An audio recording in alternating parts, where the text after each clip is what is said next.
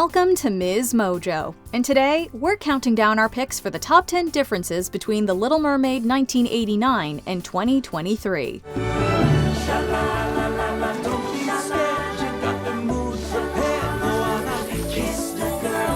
For this list, we'll be looking at changes that Disney made in The Little Mermaid's transition from animated classic to live-action remake. That means spoilers for both films. What did you think of these differences? Let us know in the comments.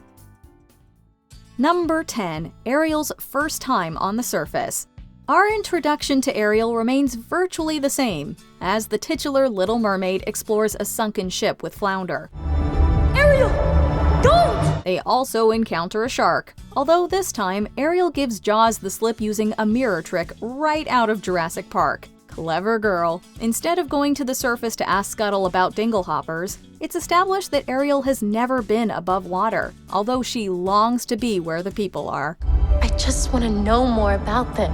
In the animated film, Triton condemns his 16-year-old daughter for repeatedly swimming to the surface. The remake's Ariel, whose age is left ambiguous, is more hesitant to defy her father. After seeing the fireworks from up above, though, Ariel can no longer contain her desire to be part of that world. Number 9. New songs. The remake brings back most of the classic songs by Howard Ashman and Alan Menken, albeit with some adjustments. Poor Unfortunate Souls cuts the verse about idle babble. Come on, you unfortunate soul! Kiss the Girl's lyrics receive a few minor tweaks to erase any notions that Eric would, quote, force himself on Ariel, as Menken put it. Don't stop now, don't try to hide it, how you wanna kiss the girl. Menken teamed with Lin-Manuel Miranda for 3 additional tunes. Eric gets an I Want song, Wild Uncharted Waters, which echoes her voice from the stage musical. Taking another page from Broadway, Ariel sings a new song, for the first time, through an inner monologue. Part of that world.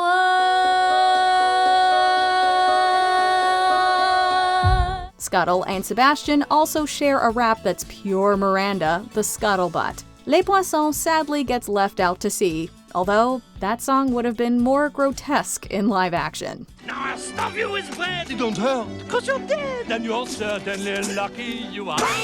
Number 8. The Daughters of Triton. Daughters of Triton is another song that's removed from the remake.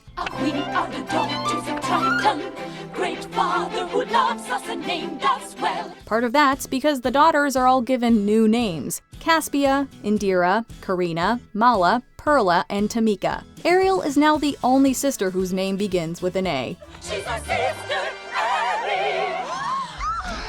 Instead of a concert, the sisters are gathering for a meeting with Triton about an upcoming moon ceremony. Of course, Ariel is naturally absent. Ariel! The filmmakers felt the Daughters of Triton song wasn't necessary for this version, wanting to build more anticipation leading to Part of Your World. As such, Fathoms Below is shortened and heard later in the film, making Ariel's I Want song the film's first number. Triton's daughters are also more diverse, as is the rest of the cast. Number 7. Scuttle. Scuttle remains the bird brain we all know and love, unable to tell a fork from a dinglehopper. It's a dinglehopper.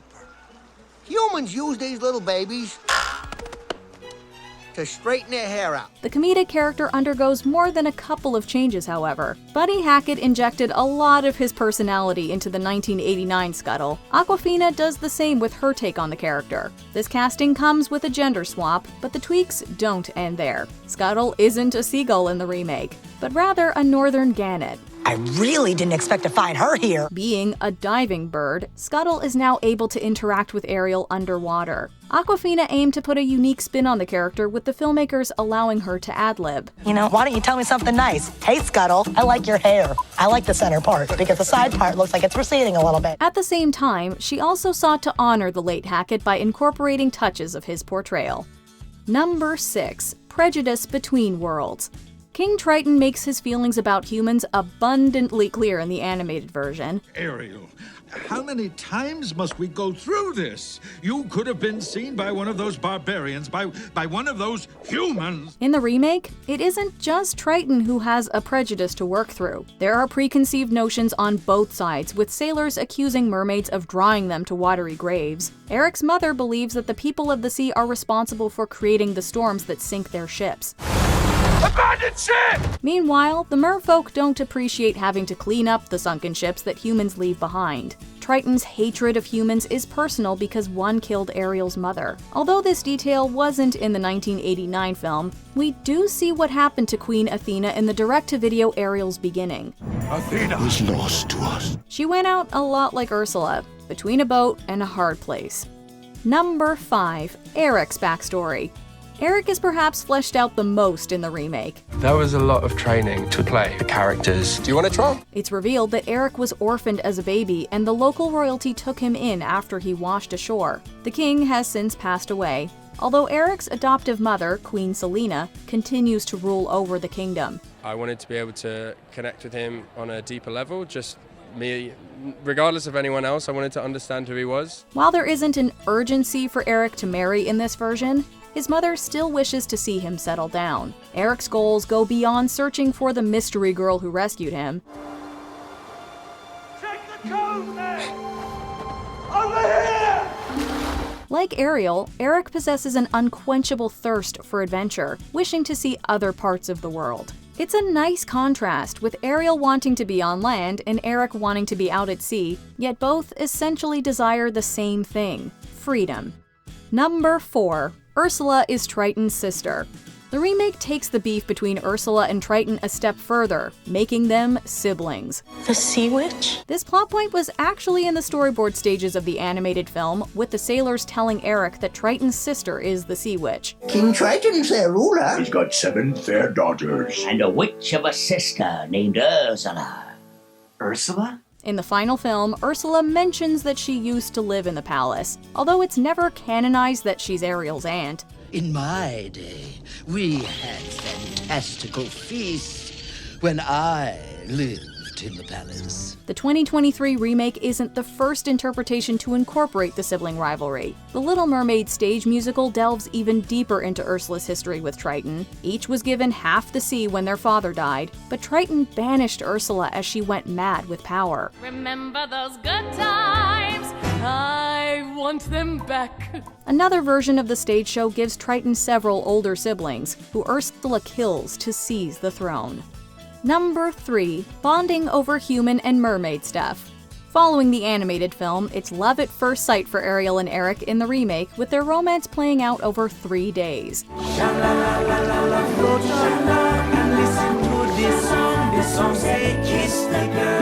It may be the same time frame, but with a longer runtime, more moments are dedicated to them bonding. In one of the best new scenes, Ariel stumbles upon Eric's treasure trove that he's collected from his voyages. It's a welcome parallel, with Ariel and Eric both being fascinated by each other's worlds, although some details have gotten lost in translation. Just as Ariel isn't sure how to properly use a fork. It's not often that we have such a lovely dinner guest, eh, Eric? Eric finds that his collection is full of surprises hiding in plain sight. The two also connect over astronomy, helping Eric to piece together Ariel's name. Ariel?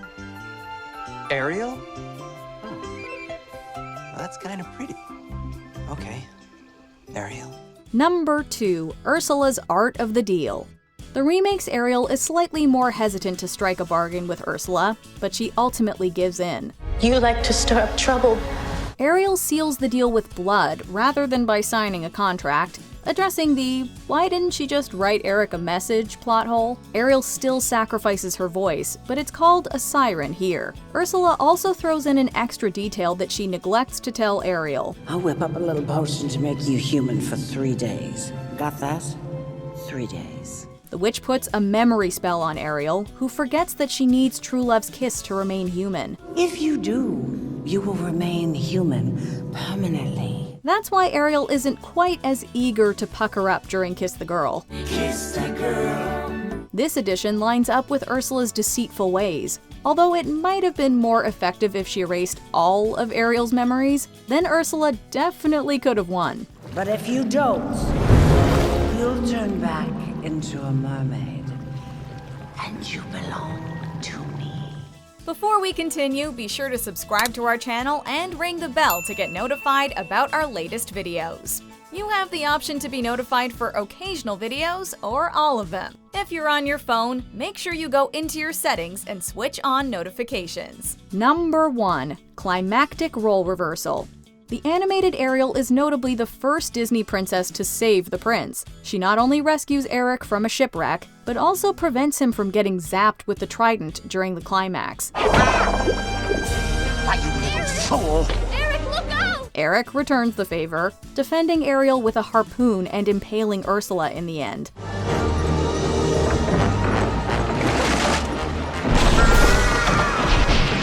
Much of this remains the same in the remake, although the roles are reversed during Ursula's demise. This time, Eric is caught in the whirlpool, while Ariel winds up on a ship, which she steers in Ursula's direction. This change is similar to the stage musical, where Ariel also saves the day. Instead of running a ship through Ursula, though, the stage version sees Ariel destroy her Nautilus shell, in turn defeating the Sea Witch. No! No! No!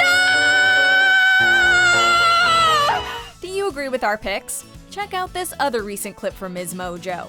And be sure to subscribe and ring the bell to be notified about our latest videos.